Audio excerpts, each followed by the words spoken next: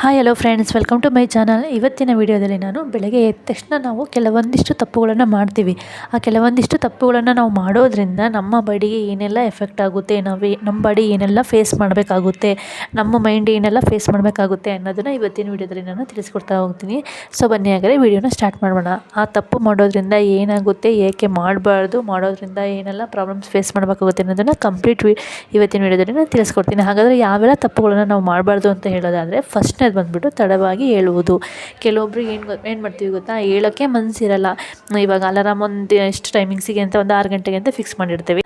Alarm ಕೂಗಿದ್ರು ಕೂಡ ಏನು ಮಾಡ್ತೀವಿ, ಇನ್ನೊಂದು 10 ನಿಮಿಷ ಮಲಗೋಣ ಅಂತೇಳಿ ಆಫ್ ಮಾಡ್ತೀವಿ, ಮತ್ತೆ ಮಲಗ್ತೀವಿ. ಮತ್ತೆ 10 ನಿಮಿಷ ಬಿಟ್ಟು ಮತ್ತೆ ಅಲಾರಾಮ್ ಕೂಗುತ್ತೆ, ಮತ್ತೆ ಆಫ್ ಮಾಡ್ತೀವಿ, ಮತ್ತೆ ಮಲಗ್ತೀವಿ. ಇದೇ ಥರ ನಾವು ಮಾಡ್ತಾ ಬರೋದ್ರಿಂದ ನಮ್ಮ ಮೈಂಡಿಗೆ ಏನಾಗುತ್ತೆ ಅಂದರೆ, ಅದು ಮೈಂಡ್ ಫುಲ್ ಫ್ರೆಶ್ ಆಗಿರುತ್ತೆ. ಇವಾಗ ರಾತ್ರಿ ನೈಟ್ ಫುಲ್ ನಿದ್ದೆ ಮಾಡಿರ್ತೀವಿ ಅಲ್ವಾ, ಮೈಂಡು ಬಾಡಿ ಫುಲ್ ಫ್ರೆಶ್ನೆಸ್ ಇರುತ್ತೆ. ನಮ್ಮ ಒಂದು ನೆಗ್ಲಿಜೆನ್ಸಿಂದ ಏನಾಗುತ್ತೆ, ಡೇ ಫುಲ್ ಹಾಗೆ ಆಗ್ತಾ ಹೋಗುತ್ತೆ. ಒಂಥರ ಯಾವುದಕ್ಕೂ ಆಸಕ್ತಿ ಇರಲ್ಲ. ಆಮೇಲೆ ಮಾಡೋಣ ಬಿಡು, ಇವಾಗಿನ ಒಂದು ಕೆಲಸ ಇದ್ದರೂ ಆಮೇಲೆ ಮಾಡೋಣ ಬಿಡು ಅಂತ ನೆಗ್ಲಿಜೆನ್ಸಿ ಸ್ಟಾರ್ಟ್ ಆಗ್ತಾ ಹೋಗುತ್ತೆ. ಯಾಕೆಂದರೆ ಬೆಳಗ್ಗೆನೇ ನಾವು ನೆಗ್ಲಿಜೆನ್ಸಿಂದ ಇದ್ದರೆ ದಿನ ಪೂರ್ತಿ ಹಾಗೇ ಇರುತ್ತೆ. ನಮ್ಮ ಮೈಂಡಿಗೆ ಇದರಿಂದ ಸ್ಟ್ರೆಸ್ ಆಗುತ್ತೆ. ಏಕೆಂದರೆ ಇವಾಗ ಒಂದು 6 ಗಂಟೆಗೆ ಅಲಾರಾಮ್ ಇಟ್ಟಿರ್ತೀವಿ ಅಂದ್ಕೊಳ್ಳಿ, ಒಂದು 8 ಗಂಟೆ ಹಿಂಗೆ ಎದ್ವಿ ಅಂದರೆ ಆಫೀಸಿಗೆ ಟೈಮ್ ಆಗಿಬಿಡ್ತು. ನಾವು ಕೆಲಸ ಎಲ್ಲ ಮುಗಿಸ್ಕೊಂಡ್ಬಿಟ್ಟು ಸ್ನಾನ ಮಾಡಿ ತಿಂಡು ನಾವು ಹೋಗೋದು ಯಾವಾಗ ಟೈಮ್ ಆಗುತ್ತೆ ಅನ್ನೋ ಗಾಬರಿಯಲ್ಲೇ ಎದ್ದಿರ್ತೀವಿ. ಎದ್ದ ತಕ್ಷಣ ಗಾಬರಿ ಮೈಂಡಿಗೆ ಸ್ಟಾರ್ಟ್ ಆಗುತ್ತೆ, ಒಂಥರ ಸ್ಟ್ರೆಸ್ ಸ್ಟಾರ್ಟ್ ಆಗುತ್ತೆ. ಅಯ್ಯೋ ಯಾವಾಗ ಕೆಲಸ ಮುಗಿಸ್ತೀವಿ, ಯಾವಾಗ ಹೋಗ್ತೀವಿ ಅನ್ನೋ ಸ್ಟ್ರೆಸ್ಸಲ್ಲಿ ಎದ್ದಿರ್ತೀವಿ.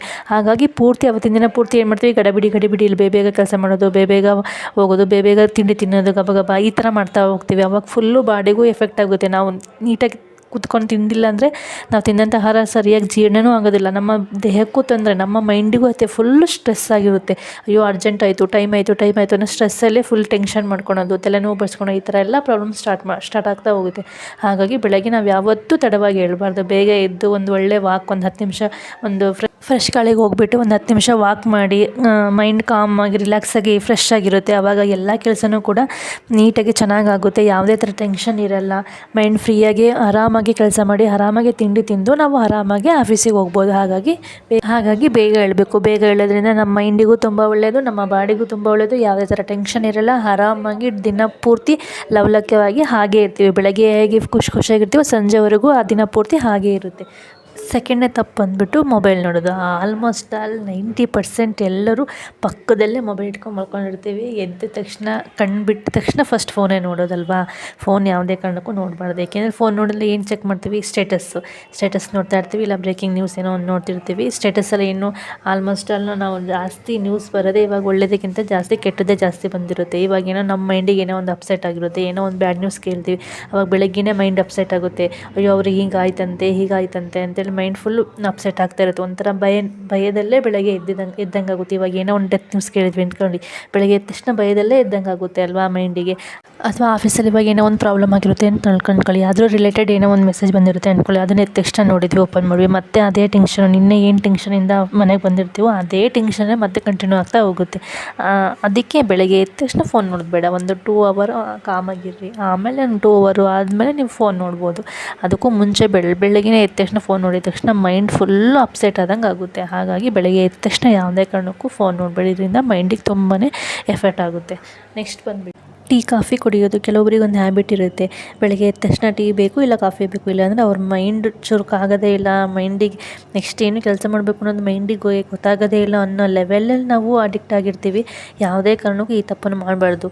ನಾವು ಫಿಕ್ಸ್ ಮಾಡ್ಕೊಂಡಿರೋದಷ್ಟೇ, ನಾವು ಮೈಂಡ್ ಫಿಕ್ಸ್ ಮಾಡ್ಕೊಂಡಿರೋದಷ್ಟೇ, ಟೀ ಇಲ್ಲ ಕಾಫಿ ಕುಡಿಲಿಲ್ಲ ಅಂದರೆ ನಮಗೆ ತಲೆ ಓಡಲ್ಲ, ನಮಗೇನು ಕೆಲಸ ಮಾಡೋದಕ್ಕಾಗಲ್ಲ ಅನ್ನೋದು ನಾವು ಫಿಕ್ಸ್ ಮಾಡ್ಕೊಂಡಿರೋದು. ನಮ್ಮ ಬಾಡಿ ಆ್ಯಕ್ಚುಲಿ ಅದನ್ನು ಕೇಳೋದಿಲ್ಲ. ಟೀ ಬೇಕು ಕಾಫಿ ಬೇಕು ಅನ್ನೋದು ನಮ್ಮ ಬಾಡಿಗೆ ಅವಶ್ಯಕತೆ ಇಲ್ಲ. ಅದು ನಮ್ಮ ಬಾಡಿಗೆ ಏನು ಬೇಕು, ಬೆಳಗ್ಗೆ ಎದ್ದ ತಕ್ಷಣ ಒಂದು ಲೋಟ ಬಿಸಿ ನೀರು ಅಥವಾ 1-2 ಗ್ಲಾಸ್ ತಣ್ಣ ನೀರಾದರೂ ಪರವಾಗಿಲ್ಲ, 1-2 ಗ್ಲಾಸ್ ನೀರು ಫಸ್ಟ್ ಕೇಳುತ್ತೆ ನಮ್ಮ ಬಾಡಿ. ಏಕೆಂದರೆ ನೈಟು ನಾವು ಮಲ್ಕೊಂಡಿರ್ತೀವಲ್ಲ, ಊಟ ಮಾಡಿ ಒಂದು 10 o'clock ನಾವು ಮಲ್ಕೊಂಡಿದ್ವಿ ಅಂತ ಅಂದರೆ ಬೆಳಗ್ಗೆ 6 o'clock ತನಕ ಅದು ಖಾಲಿಲಿರುತ್ತೆ. ಏನೂ ನಾವು ಸೇವಿಸಿರಲ್ಲ ಅಲ್ವಾ, ಖಾಲಿ ಇರುತ್ತೆ. ಆಗ ನಾವೇನಾದ್ರು ಟೀ ಕಾಫಿ ಕುಡಿದ್ರೆ ಏನಾಗುತ್ತೆ, ಡೈಜೆಷನ್ ಪ್ರಾಬ್ಲಮ್ ಆಗುತ್ತೆ, ಅಸಿಡಿಟಿ ಜಾಸ್ತಿ ಆಗ್ತಾ ಹೋಗುತ್ತೆ, ಗ್ಯಾಸ್ ಜಾಸ್ತಿ ಆಗ್ತಾ ಹೋಗುತ್ತೆ. ಇದರಿಂದ ಹೊಟ್ಟೆ ನೋವು, ಹೊಟ್ಟೆ ಪ್ರಾಬ್ಲಮ್ಸ್ಗಳು ಸ್ಟಾರ್ಟ್ ಆಗ್ತಾ ಹೋಗುತ್ತೆ. ಅದಕ್ಕೆ ಎದ್ದ ತಕ್ಷಣ ಯಾವುದೇ ಕಾರಣಕ್ಕೂ ಟೀ ಅಥವಾ ಕಾಫಿನ ಕುಡಿಬಾರ್ದು. ಇದರಿಂದ ತುಂಬಾ ಎಫೆಕ್ಟು ದೇಹಕ್ಕೆ. ದಯವಿಟ್ಟು ಈ ತಪ್ಪನ್ನು ಯಾರೂ ಕೂಡ ಮಾಡಬೇಡಿ. ಮಾಡಬೇಡಿ. ಅದ್ರ ಬದಲಿಗೆ ನೀವು ಕುಡಿಲೇಬೇಕು ಅಂತ ನೀವು ಏನಾದ್ರು ಅಂದ್ಕೊಂಡಿದ್ರೆ ಕೂಡ ನಮ್ಗೆ ಕುಡಿಲಿಲ್ಲ ಅಂದರೆ ಸರಿ ಅನಿಸಲ್ಲ, ಮೈಂಡ್ ಫ್ರೆಶ್ ಅನಿಸಲ್ಲ ಅಂತ ಅನ್ನೋರು ಏನು ಮಾಡಿ ಅಂದರೆ ಫಸ್ಟ್ 1-2 ಗ್ಲಾಸ್ ನೀರು ಕುಡೀರಿ. ಇಲ್ಲಾಂದರೆ 1 ಗ್ಲಾಸ್ನಷ್ಟು ಉಗುರು ಬೆಚ್ಚಗಿನ ನೀರು ಕುಡೀರಿ. ಅದಾಗಿ 1 ಅವರ್ ಗ್ಯಾಪ್ ಬಿಡಿ. 1 ಅವರ್ ಆದಮೇಲೆ ಬೇಕಾದ್ರೆ ನೀವು ಟೀ ಅಥವಾ ಕಾಫಿನ ಕುಡೀರಿ.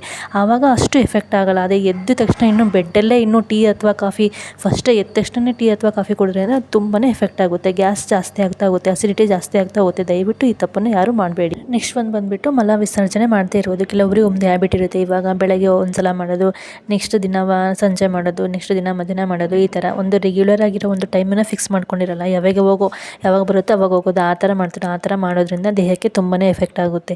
ನಮ್ಮ ಬಾಡಿಲಿರುವ ವಿಷಕಾರಿ ಅಂಶಗಳನ್ನು ನಾವು ಫಸ್ಟ್ ಎದ್ದ ತಕ್ಷಣ 1 ಗ್ಲಾಸ್ ನೀರು ಕುಡಿದ್ಬಿಟ್ಟು ನಮ್ಮ ಬಾಡಿಲಿರುವ ವಿಷಕಾರಿ ವಸ್ತುಗಳನ್ನು ನಾವು ಹೊರಗೆ ಹಾಕಬೇಕು. ಆಮೇಲೆ ನಮ್ಮ ದೇಹಕ್ಕೆ ಬೇಕಾಗಿರುವ ಒಳ್ಳೆಯ ವಿಟಮಿನ್ ಇರುವ ಆಹಾರವನ್ನು ನಾವು ತೊಗೊಬೇಕು. ಇದ್ರ ಬಗ್ಗೆ ನಾನೊಂದು ವಿಡಿಯೋ ಮಾಡಿದ್ದೀನಿ. ಇದ್ರ ಬಗ್ಗೆ ಇನ್ಫಾರ್ಮೇಷನ್ ಬೇಕಾದರೂ ಆ ವಿಡಿಯೋನ ಹೋಗಿ ನೋಡಿ. ಈ ಥರ ನಾವು ಮಾಡಿದಾಗ ಮಾತ್ರ ನಮ್ಮ ಬಾಡಿಗೆ ಚೆನ್ನಾಗಿ ಆರೋಗ್ಯವಾಗಿ ಚೆನ್ನಾಗಿ ಇರುತ್ತೆ. ಇವಾಗ ಎದ್ದ ತಕ್ಷಣ ನಾವು ಬೆಳಗ್ಗೆ ಒಂದು ಟೈಮಿಂಗ್ಸಿಗೆ ನಾವು ಅದು ಮಲ ವಿಸರ್ಜನೆ ಮಾಡಲಿಲ್ಲ ಅಂದರೆ ನಮ್ಮ ದೇಹಕ್ಕೆ ತುಂಬಾ ಎಫೆಕ್ಟ್ ಆಗುತ್ತೆ. ಯಾವಾಗಲೂ ದಿನನಿತ್ಯ ಒಂದೇ ಟೈಮಿಂಗ್ಸಿಗೆ ನಾವು ಹೋಗಿ ಮಾಡೋದನ್ನು ಅಭ್ಯಾಸ ಮಾಡ್ಕೊಬೇಕು. ನಾವು ಅಭ್ಯಾಸ ಇಲ್ಲ ಅಂದರೂ ಕೂಡ ನಾವು ಮಾಡ್ಕೊಬೇಕು. ಬೆಳಗ್ಗೆ ಎದ್ದ ತಕ್ಷಣ 1-2 ಗ್ಲಾಸ್ ನೀರು ಕುಡಿದು 1-2 ರೌಂಡ್ ವಾಕ್ ಮಾಡಿದರೆ ಆಟೋಮೆಟಿಕ್ಕಾಗಿ ಅದು ಬರುತ್ತೆ. ಆವಾಗ ನೀವು ಹೋಗಿ ಮಾಡ್ಬೋದು. ನೀವು ಎದ್ದ ತಕ್ಷಣ ಟೆನ್ಷನಲ್ಲಿ ಎದ್ಬಿಟ್ಟು ಗಡಿಬಿಡಿಯಲ್ಲಿ ಕೆಲಸ ಮಾಡಿ ನೀಟಾಗಿ ನೀರು ಅದು ಏನೂ ಕುಡಿಲಿಲ್ಲ ಅಂದರೆ ಆವಾಗ ಬರೋದಿಲ್ಲ. ಆವಾಗ ನಿಮ್ಮ ದೇಹಕ್ಕೆ ಎಫೆಕ್ಟ್ ಆಗುತ್ತೆ. ಹಾಗಾಗಿ ಯಾರೂ ಈ ತಪ್ಪನ್ನು ಮಾಡಬೇಡಿ.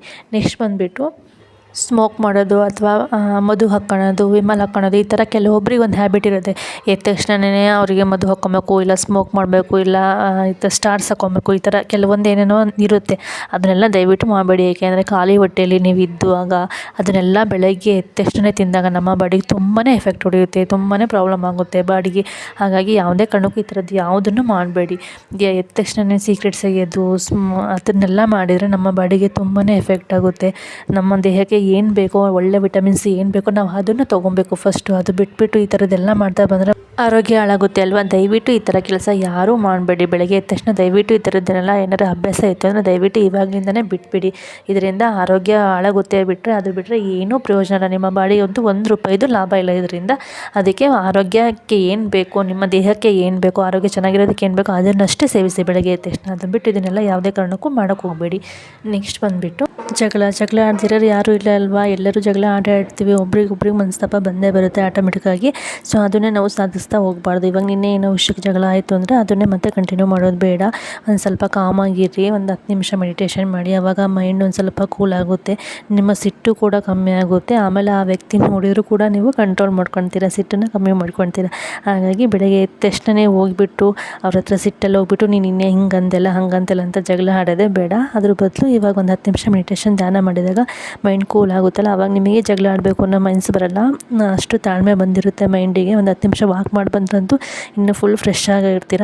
ಈ ಥರ ಮಾಡೋದ್ರಿಂದ ಮೈಂಡಿಗೆ ಯಾವುದೇ ಥರ ಎಫೆಕ್ಟು ಆಗೋದಿಲ್ಲ. ಇವಾಗ ಬೆಳಗ್ಗೆ ಎದ್ದ ತಕ್ಷಣ ಜಗಳ ಸ್ಟಾರ್ಟ್ ಮಾಡಿದ್ರಿಂದ ಕಂಟಿನ್ಯೂ ದಿನ ಪೂರ್ತಿ ಅದೇ ಸಿಟ್ಟು, ಅದೇ ಸ್ಟ್ರೆಸ್ಸು, ಅದೇ ಟೆನ್ಷನಲ್ಲೇ ಇರ್ತೀರ ದಿನ ಪೂರ್ತಿ. ಸೊ ಹಾಗಾಗಿ ಈ ತಪ್ಪನ್ನು ಕೂಡ ಯಾರೂ ಮಾಡೋಕ್ಕೆ ಹೋಗಬೇಡಿ. ಬೆಳಗ್ಗೆ ಎದ್ದ ತಕ್ಷಣ ಯಾವುದೇ ಕಾರಣಕ್ಕೆ ಜಗಳ ಆಡೋದು ಅದು ಮಾಡಬೇಡಿ. ಕಂಟ್ರೋಲ್ ಮಾಡ್ಕೊಳ್ಳಿ, ಸಿಟ್ಟನ್ನು ಕಂಟ್ರೋಲ್ ಮಾಡ್ಕೊಳ್ಳಿ. ಸೊ ಇದಿಷ್ಟು ಇವತ್ತಿನ ವಿಡಿಯೋ ಆಯಿತು. ಐ ಹೋಪ್ ಇವತ್ತಿನ ವಿಡಿಯೋ ನಿಮಗೆಲ್ರಿಗೂ ತುಂಬಾ ಇಷ್ಟ ಆಯಿತು ಅಂತ ಅಂದ್ಕೊತೀನಿ. ವಿಡಿಯೋ ಇಷ್ಟ ಆದರೆ ಪ್ಲೀಸ್ ಲೈಕ್ ಮಾಡಿ, ಶೇರ್ ಮಾಡಿ, ಹಾಗೆ ನನ್ನ ಚಾನಲ್ನ ಸಬ್ಸ್ಕ್ರೈಬ್ ಮಾಡ್ಕೊಳ್ಳಿ. ಇದೇ ಥರ ಒಂದು ಯೂಸ್ಫುಲ್ ಇನ್ಫಾರ್ಮೇಷನ್ಗಾಗಿ, ಹೆಲ್ತ್ ರಿಲೇಟೆಡ್ ಒಳ್ಳೊಳ್ಳೆ ವೀಡಿಯೋಸ್ಗಾಗಿ ಪ್ಲೀಸ್ ನನ್ನ ಚಾನಲ್ಗೆ ಸಪೋರ್ಟ್ ಮಾಡಿ. ನಿಮ್ಮ ಸಪೋರ್ಟ್ ನನಗೆ ತುಂಬಾ ಮುಖ್ಯ. ನೀವು ಎಷ್ಟು ಚೆನ್ನಾಗಿ ಸಪೋರ್ಟ್ ಮಾಡ್ತೀರೋ ನಾನು ಅಷ್ಟು ಒಳ್ಳೊಳ್ಳೆ ಇನ್ಫಾರ್ಮೇಷನ್ ನಿಮಗೆ ಕೊಡ್ತಾ ಹೋಗ್ತೀನಿ. ಪ್ಲೀಸ್ ಲೈಕ್ ಮಾಡಿ, ಶೇರ್ ಮಾಡಿ, ಹಾಗೆ ನನ್ನ ಚಾನಲ್ನ ಸಬ್ಸ್ಕ್ರೈಬ್ ಮಾಡ್ಕೊಳ್ಳಿ. Thanks for watching. Thank you so much.